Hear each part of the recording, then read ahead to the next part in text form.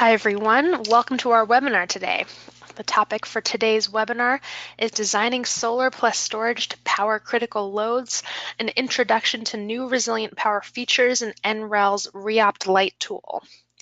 This webinar is presented by Clean Energy Group's Resilient Power Project, and we have two excellent guest speakers with us today from NREL, as well as our host for today's webinar, Clean Energy Group Vice President and Project Director, Seth Mullendore. Before I pass it over to them, I'd like to go over a few quick housekeeping notes.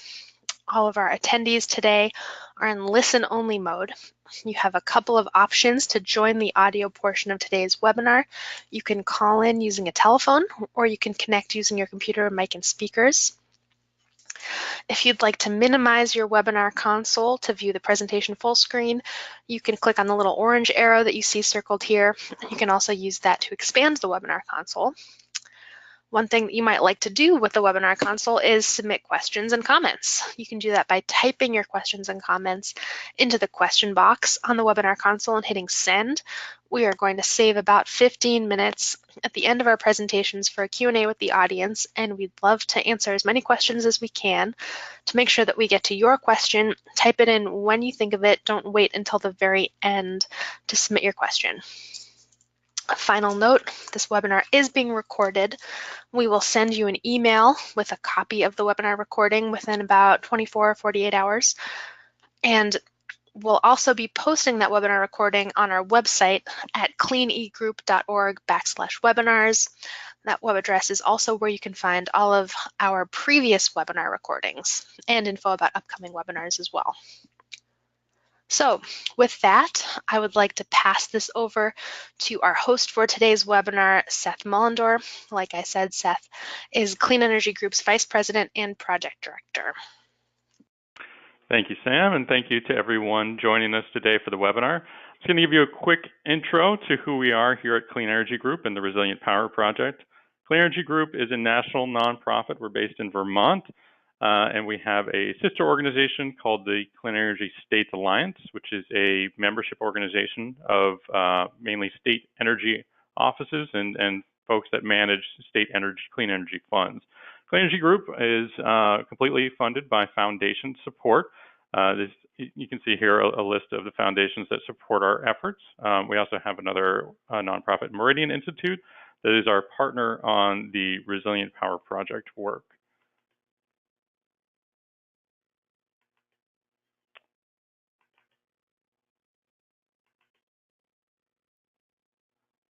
And the Resilient Power Project is a project of Clean Energy Group that we've had going for a little over 5 years now. The goal of the Resilient Power Project, the aim of the project is to increase access to solar and energy storage, mainly battery storage technologies, among disadvantaged communities, primarily to provide more power resilience, so backup power, but also to provide energy benefits, lower energy burdens, and create additional sources of revenue where possible. We do this at multiple levels, starting from the working both at the policy side, working with policymakers, trying to get enabling policies and programs in place, and also working as more of a bottom-up approach, working directly with community organizations, folks like affordable housing developers. We really work on 2 buckets of projects for the project work. That's affordable housing and critical public facilities, which could be anything from first responders to local health clinics to buildings and community centers, churches that act as community shelters in an emergency. We put out a lot of analysis and reports on these. Also on our website, resilient-power.org, there are many reports. You can see a few of them here. And lots more information and resources available on the website. Through the Resilient Power Project, we have a small grant program. We provide some in-house technical and financial assistance to projects, guidance, and can also provide some small grants to help with the pre-development costs of some projects. So to date, we have supported the exploration of more than 100 projects across the U.S. That number is actually up over 150 projects now and still growing every day. So these are a few of the projects listed here. And we have a map of completed and in development projects all across the country, also available on our website. So with that, I am going to introduce our speakers today. We are fortunate to have a couple of folks from the National Renewable Energy Lab with us today, NREL. First up is going to be Kate Anderson. She leads the modeling and analysis group at NREL, and her team develops and uses NREL's REopt modeling tool to evaluate cost-optimal selection and sizing of behind-the-meter energy assets for grid-connected and off-grid energy systems. So she'll be giving an overview of REopt for everyone. And then we're going to get a demo by Andrew Jeffery, who is a software engineer with the Transportation and Hydrogen Systems Center at NREL. Andrew works on developing web applications and providing data analytics for transportation and renewable energy projects. And then I'm going to give a short demo of an actual project using some that we've worked with. So with that, I'm going to turn things over to Kate for an intro. Thanks, Seth. Hi, everyone. This is Kate Anderson from the National Renewable Energy Lab. And like Seth mentioned, I'm just going to start with a quick overview of REopt Lite and then hand it over to Andrew to go through some of the new features.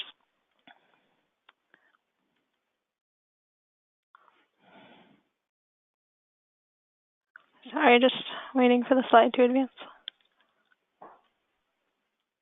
Okay, here we go. So REopt Lite is a free, publicly available online subset of NREL's internal REopt model. It evaluates the economics of PV, wind, and battery storage at a site alongside conventional generation. And it identifies the system sizes and battery dispatch strategies to minimize energy costs. It can also estimate how long a system can sustain a critical load during a grid outage. This graphic shows the inputs and outputs of REopt Lite. So you can see it takes in data like electrical load there on the bottom and considers different technologies on the left, including solar PV, wind, diesel generators, the electric grid, and batteries. And then it also considers economic drivers along the top here, like utility rates, technology costs, and incentives. And on the right, what comes out of REopt is a recommendation for the technology types, sizes, and dispatch strategy, along with the associated economics that minimizes the cost of energy for a site. I'm going to take just a minute to dive in a little deeper to show you how this works. So REopt Lite considers the integrated operation of multiple technologies like solar, batteries, and the electric grid in this example. And REopt Lite is analyzing the hourly load and utility rate tariff across the project lifecycle and trading off capital cost of projects with potential savings to find the most cost-effective mix. So in the graphic shown on this slide here, we're looking at 1 week of load, where each bump there represents 1 day, and the load is that line in black at the top of the graphic. So here, the load is being met by a mix of the grid, which is in white or light gray there, plus solar in blue and battery in orange. And what you see here is that the solar PV and battery are working together to shave the peak demand. So where it used to be around 26 or 27 megawatts on the second and third day there, now we've brought it down to around 22 or 23 megawatts. Now, a bigger solar and battery system would provide more savings, but would come at a higher capital cost.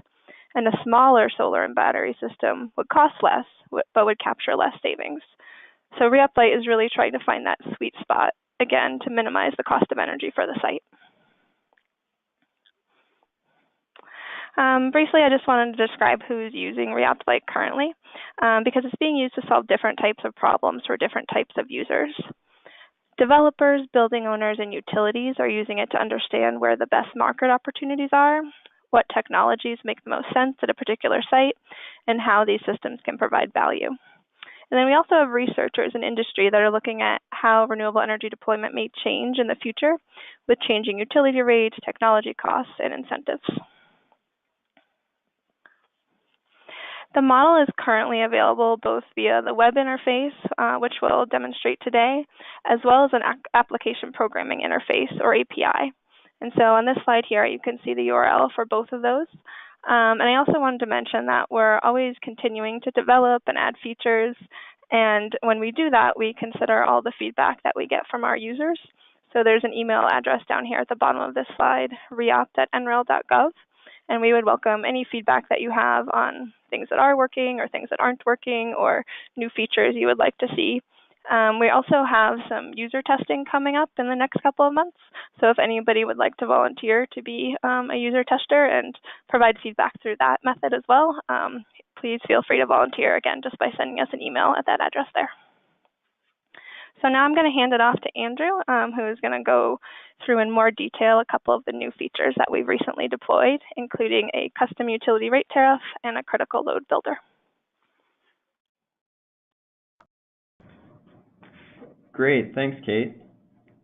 As Kate mentioned, I'm a software developer here at NREL, and I've been working on the user interface for the REopt Lite web tool, and would just like to go over a few of the new features we've been developing.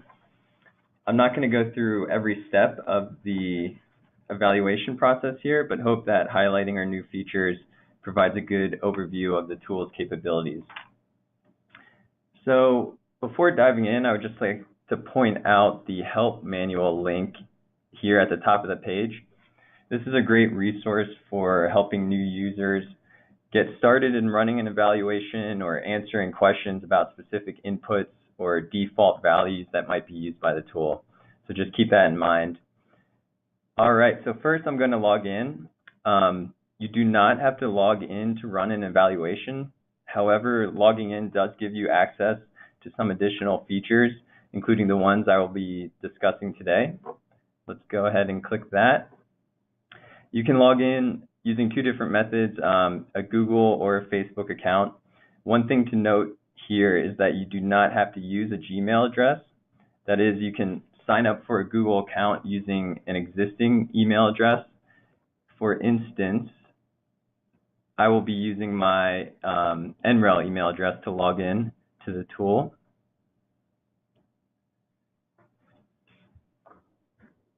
All right. Now that we're logged in, we can see a few new navigation buttons here. The two I'll be focusing on today are the critical loads and, critical loads and the custom rate tools. I want to start with the custom rate links here. Before digging into the custom rates, I just want to scroll down in the form a bit where we see that our second input in this main form is electricity rate. The electricity rate is a key input because utility rate tariffs drive the economics of behind the meter solar, wind, and storage systems. So once a location is entered, you can select your electric rate from a pre-populated list of utility rates available in that area. So let's go ahead and enter a location here. I'll choose Denver. And we can see that the drop-down populates with the available utility rates in this area. These come from the utility rate database, or URDB, and more information about a specific rate can be found at this link here. Alternately, if your desired rate is not in the database, you can enter your own custom electricity rate. Let's go ahead and check that. Here you have the option of entering annual, monthly, or detailed rates. An annual rate allows you to enter one energy cost and one demand cost that is applied to all hours of the year. A monthly rate allows you to enter energy and demand costs by month.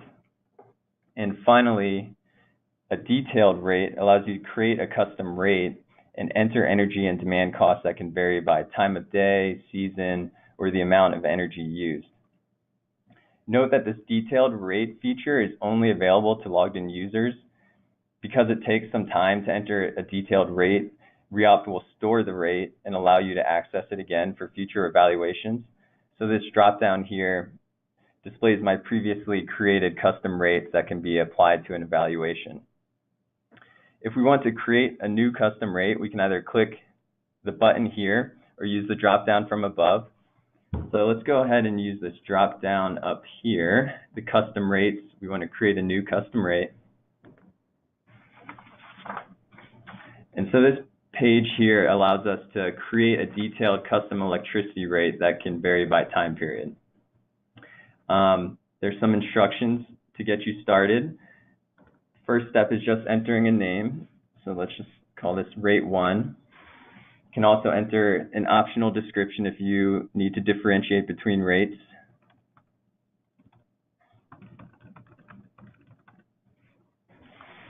And so the custom rate consists of both energy charges and demand charges. Let's look at energy charges first here. So the form is set up with a table at the top where we define our rate periods, and then a weekday and weekend schedule below where we can schedule those rate periods. You'll notice that the form is pre-populated with default values that can be easily edited. So let's walk through an example of how to create and schedule a rate period here. We can see that currently we have 2 energy rate periods, one of which, period 1, is a summer peak charge. So if we look at the schedule, we can see it takes effect from May to September between the hours of 10 a.m. and 7 p.m. This summer peak period also has 2 tiers, so that the charge in tier 2 of period 1 would take effect when the amount of energy used exceeds the maximum quantity in tier 1. So you can add a little nuance to your rate as well. So for this example, let's say that we want to add a partial peak charge or shoulder charge during the same months as our peak summer charge. The first step is to create the new rate period by clicking the Add Rate Period button. Let's go ahead and add an energy charge here. We'll say it's a little lower than the peak charge. Okay, and now we want to schedule this charge by selecting on the schedule below. To do that, we can just drag and drop over the months and times of interest. In this example, we want to add this shoulder charge on either end of our existing peak charge here. So let's go ahead and add from 7 to 9.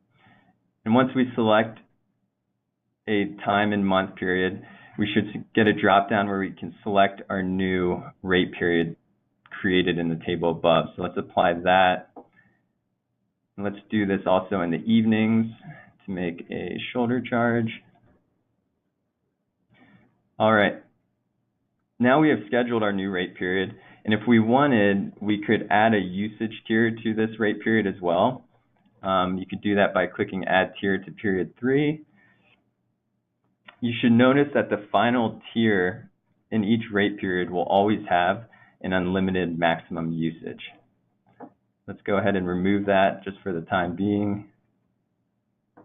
So this same process that we did for energy charges applies to demand charges here. It's the same setup with the rate period table on top, and then you can schedule those periods in the weekday and weekend schedule below. Let's leave this alone for the example and go ahead and save this new rate period. All right. Once our rate is saved, we're brought to this custom rate summary page where we can view, edit, and copy our custom rates. You can also view specific energy and demand charges for a particular rate. This is the one that we just created. The table lists your rates in chronological order in which they were created. And note here also that once you have used a custom rate in an evaluation, you can no longer delete or edit it because it's associated with that evaluation. However, you can copy the rate to create a new or corrected rate if you desire. Okay, let's go ahead and go back to the main evaluation page where we would run an evaluation for a site. So in looking back at this electricity rate input that I previously mentioned, if we check custom electricity rate and choose a detailed rate, we should be able to select this new rate from the dropdown and apply it to a site, or pardon me, to an evaluation. So that's the process for creating and applying a custom rate. The next feature I would like to discuss is the critical load builder, which can be accessed via the critical loads dropdown at the top of the page. So that's the other navigation button that we saw appear when we logged in. To provide some context for this feature, before digging into that, you'll notice that the first step on this main form is choosing your evaluation focus. And there's two options here. We have a financial and a resilience focus. A financial analysis will size technologies to minimize your life cycle cost of electricity, whereas a resilience analysis will size technologies to sustain the critical load during an outage at minimum life cycle cost.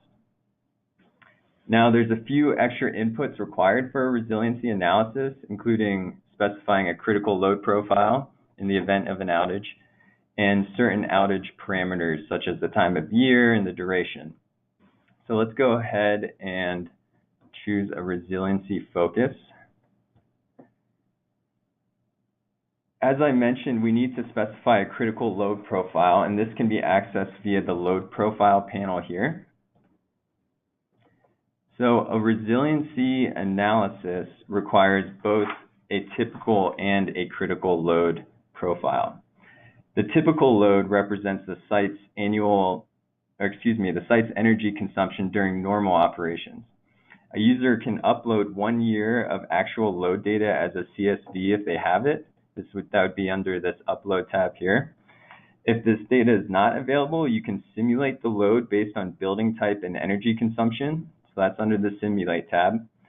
And the annual energy consumption is automatically populated based on the DOE commercial reference buildings for the building type selected and the climate zone, which is determined by the location you enter in the site and utility section. But this value can also be changed by the user as needed. Now, the critical load below represents the site's energy consumption during outages and only includes the most essential equipment. And there's several ways to specify a critical load profile. A user can specify the critical load as a fraction of the typical load, which is this % tab.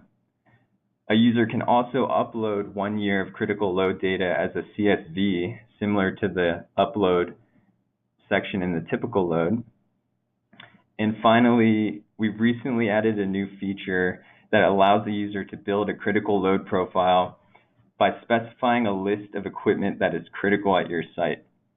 This tool that we've been developing is based on Solar Resilient, a tool developed by REopt for San Francisco with funding from the Department of Energy.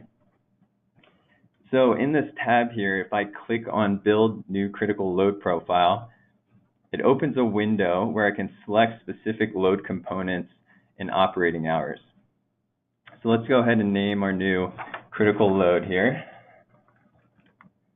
Sorry about that. You saw some of my test names there. Can enter an optional description as well if we want. And to add a load component, we select a load type and then click the Add Load Component button here. So for example, if I want to add a critical component that's a air conditioning unit, I can select that, click the Add Load Component button, and an air conditioner will be added to my critical load below. Default values for this component are provided for power, quantity, operating hours, and months, and these can all be edited as needed to better simulate your conditions. One very important note here is that these components are being modeled as flat loads at the power specified and during the operation time specified by the user. There is no cycling of these power loads. For example, on the air conditioner or space heater, the load does not change based on the weather or room temperature. It's all defined by the user in this table. So you can add as many load components as you need. Let's go ahead and add some lighting components here. We'll increase the quantity a little bit. We'll say they run from all year long and maybe from 6 to 8 in the evening. Let's add another one here, and we'll do something similar. Okay. So once I've added my load components and named the load, we can go ahead and save our critical build. And it should now be available for selection in the drop-down menu here. And we can associate this critical load profile with an evaluation. So now that we've built and selected a critical load profile, we need to specify a few additional inputs, including the duration of the outage you want to withstand. This can be found in the resilience section below the load profile section. So let's go ahead and expand that. The first input here is the outage duration. For example, if you want your system to be able to sustain the critical load for 1 day, we would enter 24 hours. You can also specify the outage start time and time of day. Because loads typically vary throughout the year, the system size required to sustain the load depends on when the outage occurs. And one interesting feature here, if you click on View Critical Load Profile, you can see how the load varies throughout the year. And you can choose to start the outage on the peak with this button here, and should automatically select to design for a worst case scenario. Okay, moving down the section here, the type of outage event allows you to specify whether this is an annual event or rare event that occurs only once in the project lifetime. This does not change the system sizing or net present value of the project. However, it is used in evaluating resilience benefits in combination with this avoided outage cost input below. So now that we've seen how to create a critical load profile and incorporate it into an evaluation, I would like to show you how you can manage critical load profiles that you've previously created. And we can do this from the critical load dropdown at the top of the page. So if we click My Critical Loads, this is our critical load profile summary page, where we can view, edit, and copy the critical load profiles that we have previously built. And the table here lists the profiles in the chronological order in which they were created. The name and description, along with minimum, average, and maximum loads, are displayed. For a particular load profile, we can view a chart of the profile by clicking on this graph icon here. This is a flat load example. You can view individual components by clicking on this table icon, or you can also download the load profile through this download button here. One note, again, is that once a critical load profile has been used in an evaluation, that particular load profile can no longer be edited or deleted. However, similar to custom rates, it can be copied to create a new or a corrected load profile. So that concludes this example for building and managing critical load profiles. I hope this helps to give you some idea of the capabilities of the REopt Lite web tool. And now I would like to hand it over to Seth to run an evaluation and show you how to access results. Excellent. Thank you, Andrew, and thank you to Kate as well. So as soon as I get control here, there we go. I'm going to run through an example for you. And so this example that I'm going to do here is kind of a it's cross between two real-world projects that we looked at. What we're going to look at is doing a cooling center in California outside of Los Angeles. So the first thing I'm going to do is I'm going to set things over to resilience, because that's what we're looking for. And the location is Pomona, California. And we're actually going to do one of the existing rates. This is for an affordable housing project that we worked with in Pomona, California.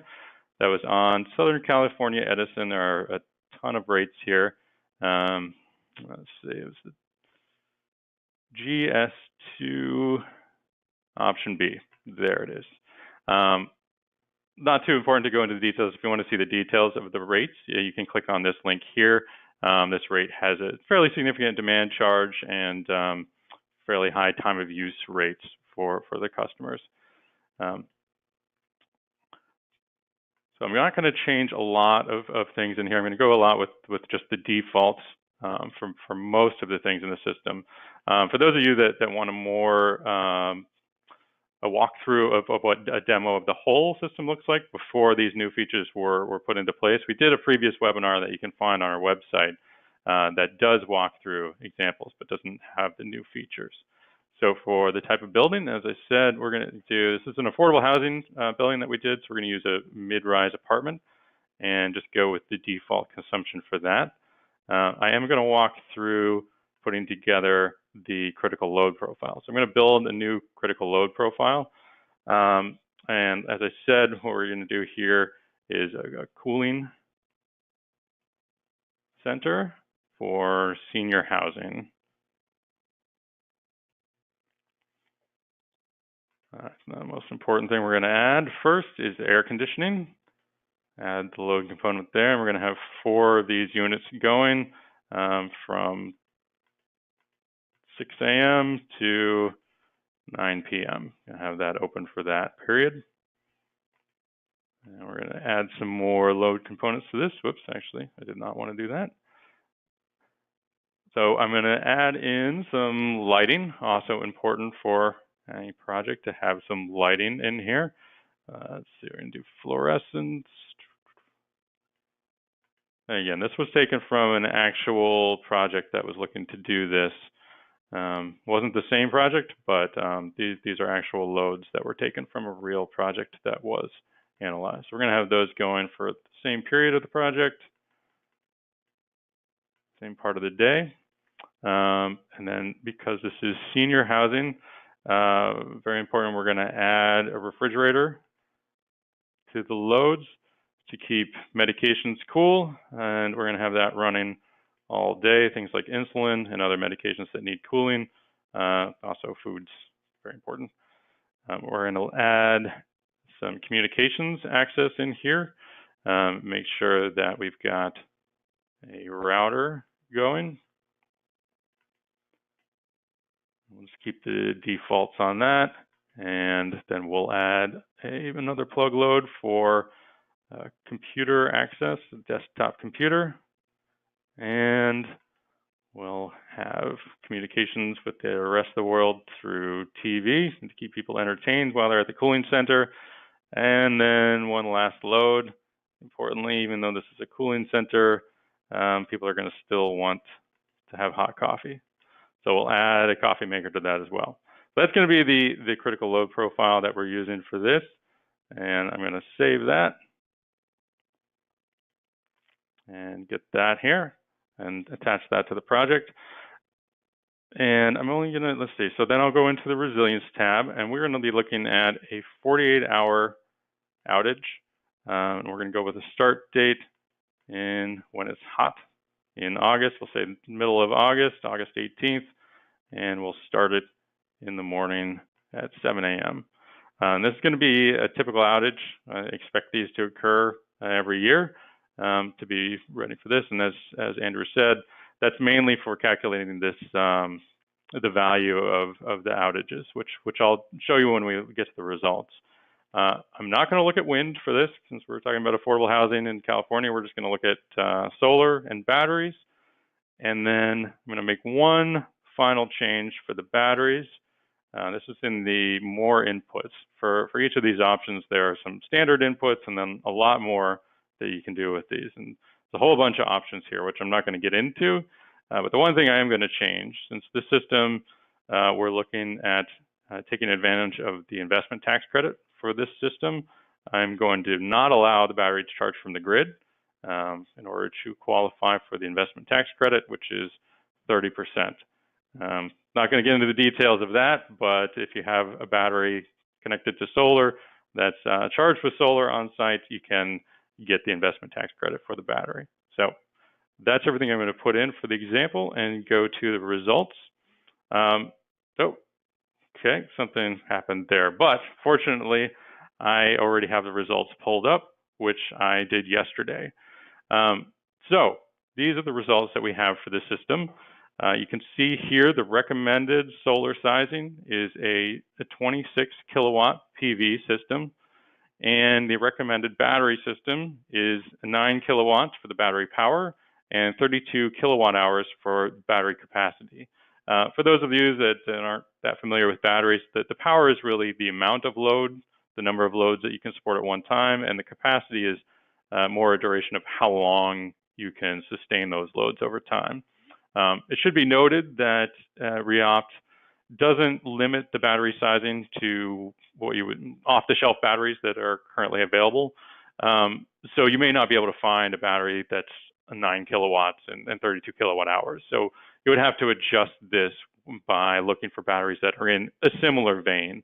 It can even come out with results that are for batteries that you're just not going to find anywhere. So you have to make certain real-world adjustments to the battery sizing to make sure that that it fits with what's available out there. For the potential life cycle savings of the system, so this is looking at the net present value of the system over a 20-year period.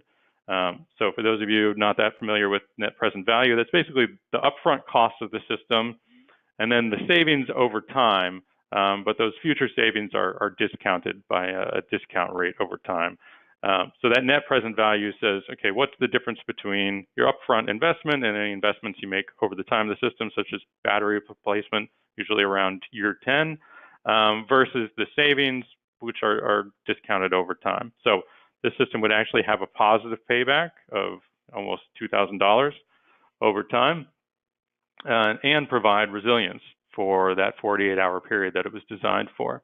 So this is an important part of the results right here, where it shows the resilience versus financial benefits. The financial benefits, if I had not selected resilience as that first option there and had just selected the financial results, it would have come up with this system. So you can see the PV sizing would have been significantly smaller, 8 kilowatts versus 26 kilowatts.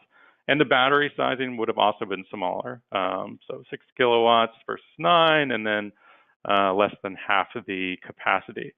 But you'll see that with that smaller system, we would have a higher net present value because this is optimized to increase that net present value. So you'd get the most value out of your system if you would design for this financial side.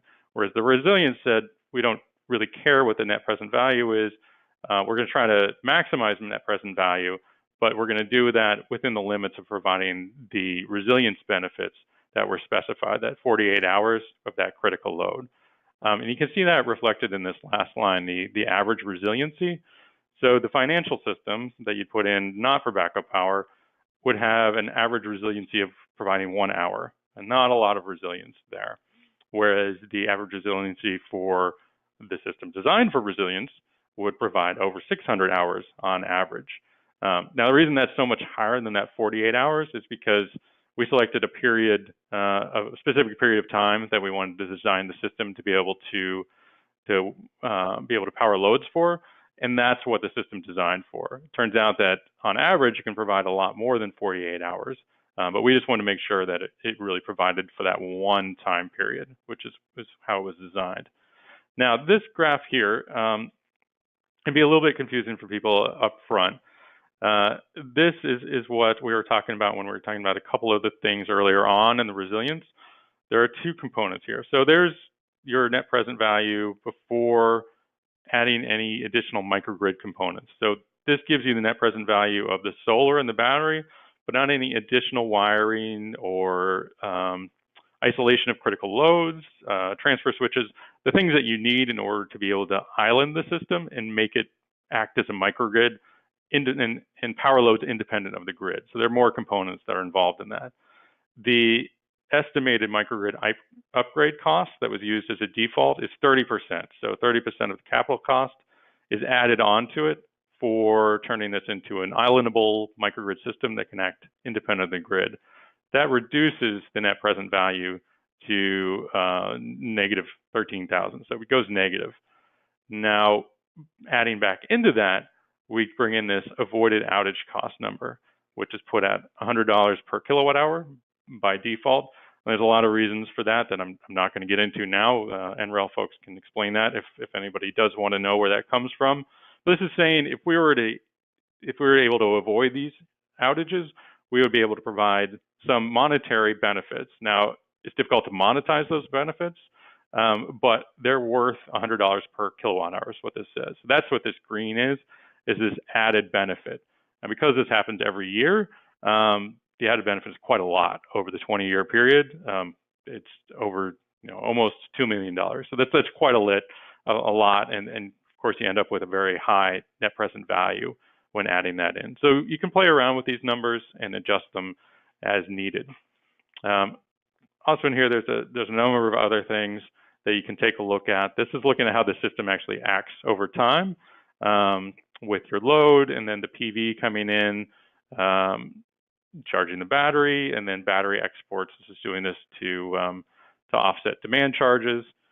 And if we scroll over to August and take a look at when our outage was, we'll see this is how the system acted. Here's our critical load. That's why it drops down here. This is normal load showing here for the facility, and that's from the modeled loads that are included. And this is what happens when we're trying to meet our critical load, which is quite a bit smaller. You can see every day here the air conditioning kicking on and all of the other loads kicking on. The PV acts to offset a lot of that during the middle of the day. Fortunately, August is also a pretty sunny time of the year, even though it's hot. And then the battery comes in to do any of the kind of shoulder load before and after the sun is out each day. Now that might not necessarily happen. You may have a cloudy day. So it's good to play around with different dates and different scenarios to make sure that you have a system that really accounts for different weather conditions throughout the year. So I think with that, I am going to stop my part of the presentation. I know we have a lot of questions from folks. I haven't been following it while I've been giving my own presentation, but we're going to turn things over now to the question and answer portion of the presentation. So please, if you haven't already put your questions in, please do so, and we'll try to get to as many of them as we can, although there are a lot of you on the line and a lot of questions coming in. So if we don't follow with some of your questions, please feel free to reach out to myself or Kate and Andrew and follow up directly to get answers to those questions.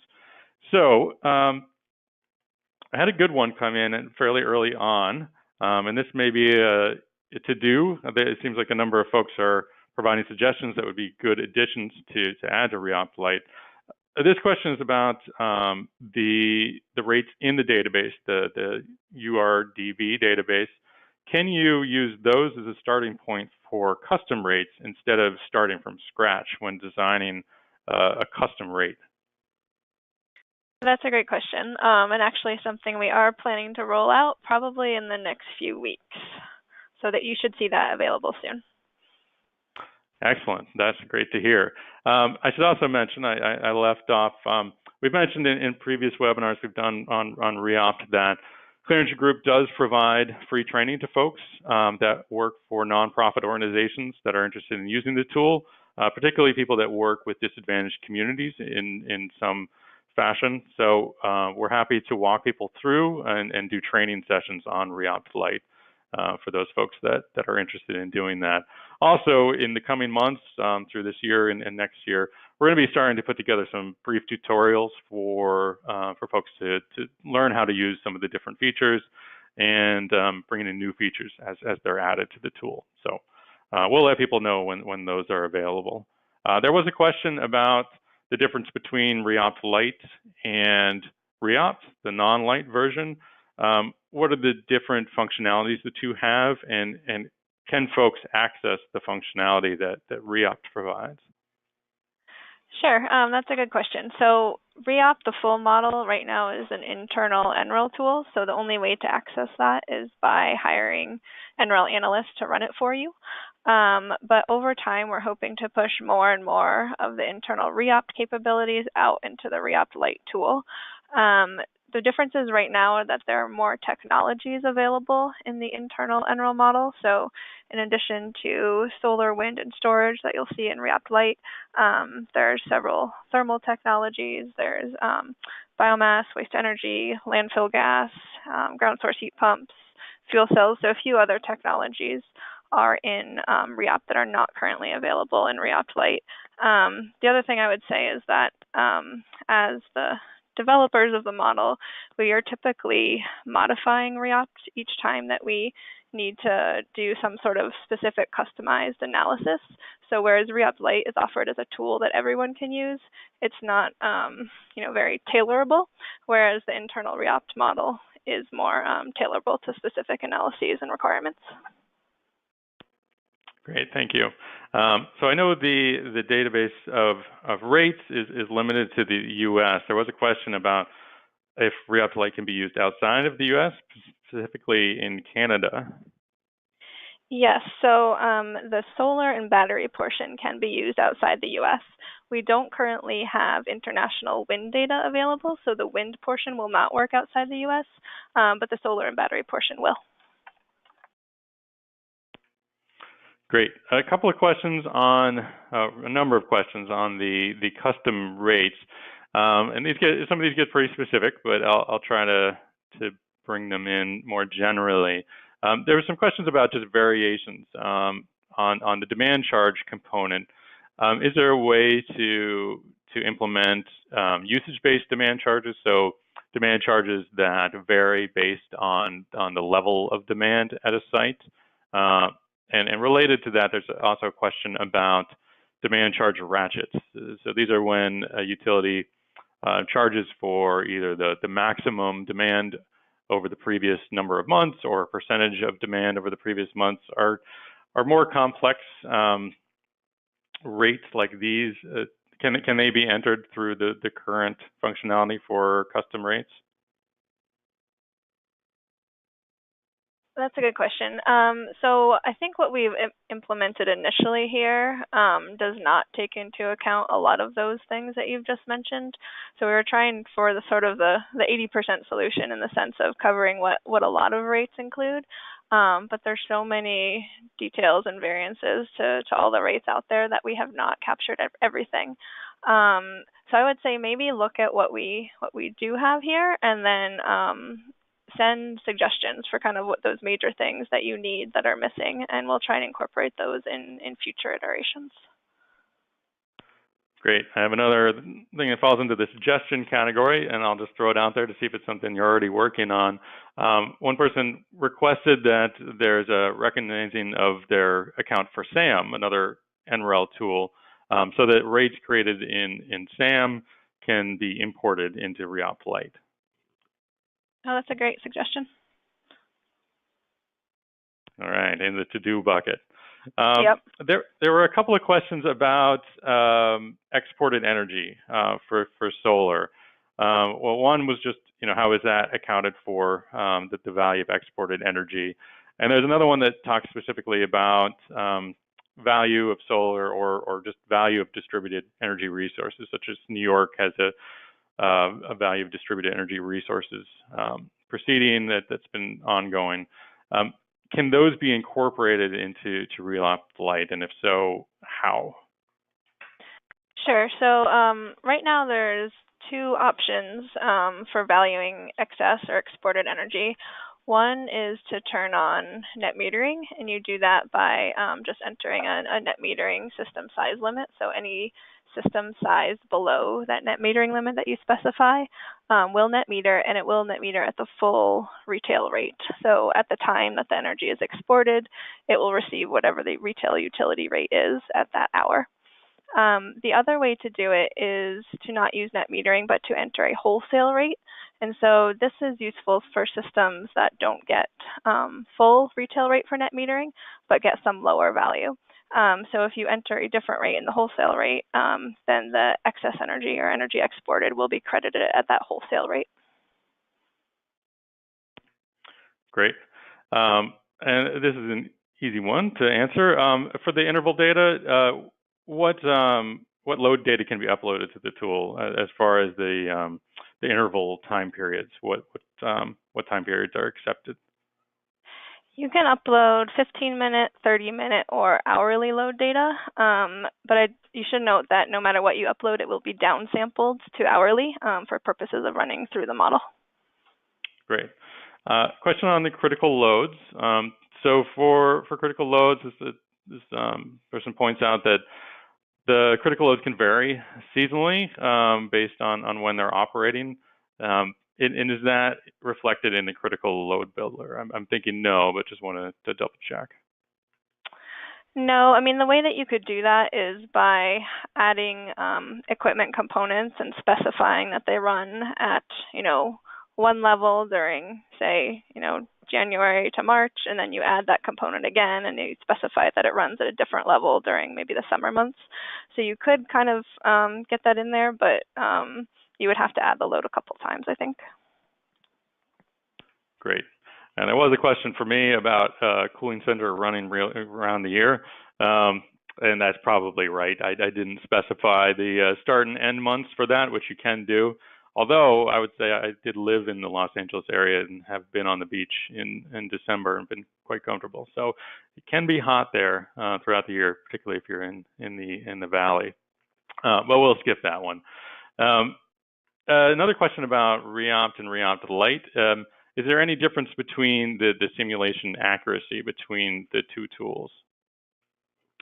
REopt can be run at different time steps. So where I mentioned that REopt Lite is always run at an hourly time step, regardless of the fidelity of the load data that you upload, REopt can be run at finer time steps. So we'll typically run REopt at a 15-minute time step, or sometimes hourly, but it's flexible. Great. There's another question about critical loads, and I think this was somewhat addressed. Just the fact that something like a refrigerator doesn't run continuously at its power rating throughout that time, that it cycles on and off. It's my understanding that the load builder does not account for that. It's more kind of a worst case scenario where you assume it's just running at the maximum all the time. Is that correct?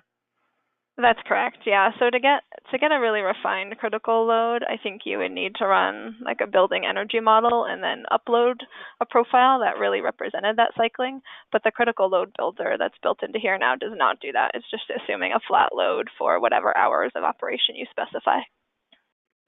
Great. A question about, and I think this is probably in some of the help information, just about what are the sources for the battery and renewable energy resource costs, and how often are those updated? And are there any locational pricing for those, which I don't think there are? Yeah, that's a great question. So the references for all of those are listed in the help manual. They are updated annually, and there are no locational differences. So we just use one assumption to cover everywhere. Great. And a question about the savings in the results. Where do those savings come from? What savings are calculated and factored into that net present value? Right. So the net present value takes into account the upfront capital cost of purchasing, for example, a solar and storage system. And then on the savings side, it considers the demand savings and the energy savings that might come from reduced utility cost if you install that system. So again, with the theory being that if you operate the solar and storage system optimally, you're going to bring down that peak demand by using solar and storage at those peak times, so you're no longer paying as high of a demand cost. And then also, if you have an energy charge that varies by time of day, you can do a little bit of energy arbitrage to shift the times that you're purchasing energy from the utility. So that's another source of savings. Great. So I'm not surprised to see that there is interest in the source of the $100 per kilowatt hour outage value. If there can be a fairly brief explanation of that, that'd be great. Yeah, absolutely. So Lawrence Berkeley National Lab has what they call the Interruption Cost Estimator Calculator, or the ICE calculator. And you can Google ICE calculator and find that. It's a relatively simple tool in that it's just based on a few inputs. So you input things like the type of building, the annual energy consumption, and some details around your utilities reliability statistics. So things like KD and SAIDI and SAIFI, so the average duration and frequency of outages. And based on those inputs, it will estimate a cost of outages for you. Again, that's just sort of a initial way to get a high-level estimate, and it's a great way to start. If you want more of a refined estimate, the best thing to do is an actual survey at your site where you look at, if you have an outage, what are the losses that you incur? Do you have frozen food that goes bad? Do you have to send workers home? Do you have, business interrupted and some losses associated with that? And so that ICE calculator is really just a high-level starting point, and a survey would allow you to get more detail. But of course, the survey is a lot more work, so I think the ICE calculator is a great starting point.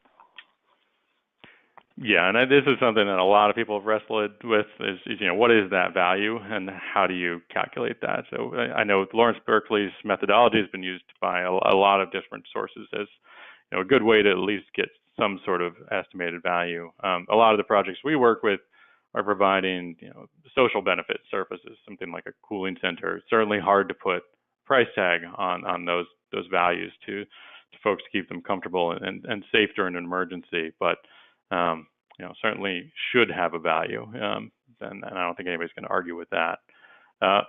So question about how does a model account for different weather conditions and different levels of irradiance for the solar?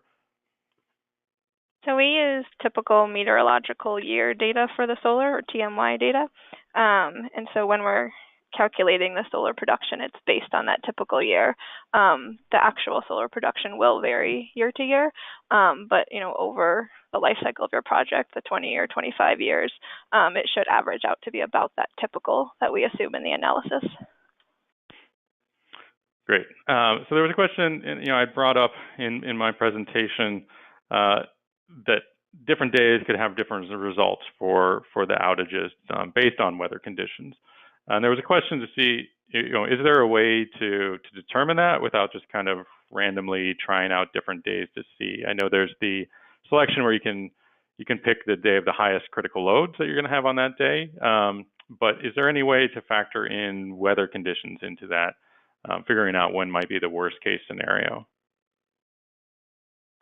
That's a good question, and something that we kind of grapple with how to do as well. When we do these analyses internally, we run through outages that start at every single hour of the year, and that's something that it would be hard to do through this web interface to enter those things 8,760 times, but that you could do relatively easily through the API. So you could script that API to run through all of those outages starting at every hour of the year. Alternatively, you could maybe just pick a few different days to get an idea. So you noticed when Seth did the demo that you can pick the peak load day. It also tells you what the minimum load day and also tells you the average load. So you could try picking, maybe 3 days to kind of bound the problem, the minimum, the maximum, and then an average day. Great. So, it looks like we're pretty much out of time here. I'm afraid we do have a lot of questions that we didn't get to. One I will address because it's asking about the affordable housing project, whether it got built or not.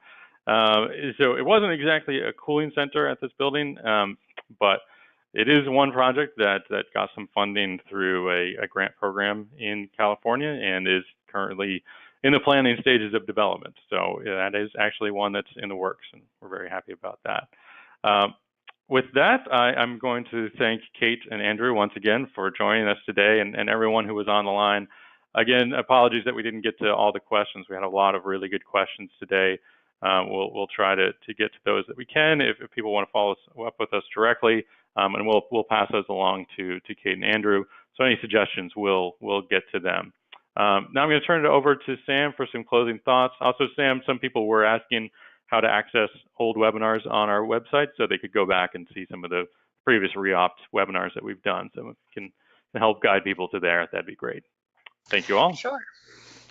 Thanks, Seth. Yeah, that's a good question. So the place to find our previous webinars, including the webinars we've done on the REopt Lite tool, that is our website, cleanegroup.org. You can just follow the you should see where to find webinars pretty easily, but if not, the direct URL is cleanegroup.org/webinars. So I hope that is easy to find. We also want to let you know about an upcoming webinar that we have. This webinar is actually being hosted by our sister organization, the Clean Energy States Alliance. The topic is the State of the U.S. Energy Storage Industry 2018 Year in Review. We have Dan Finn-Foley from Wood Mackenzie Power and Renewables. He'll be joining us on the webinar to share his insights about market trends, market outlook, policy updates, and so on. So I think that webinar may be of interest to some of the people on the line.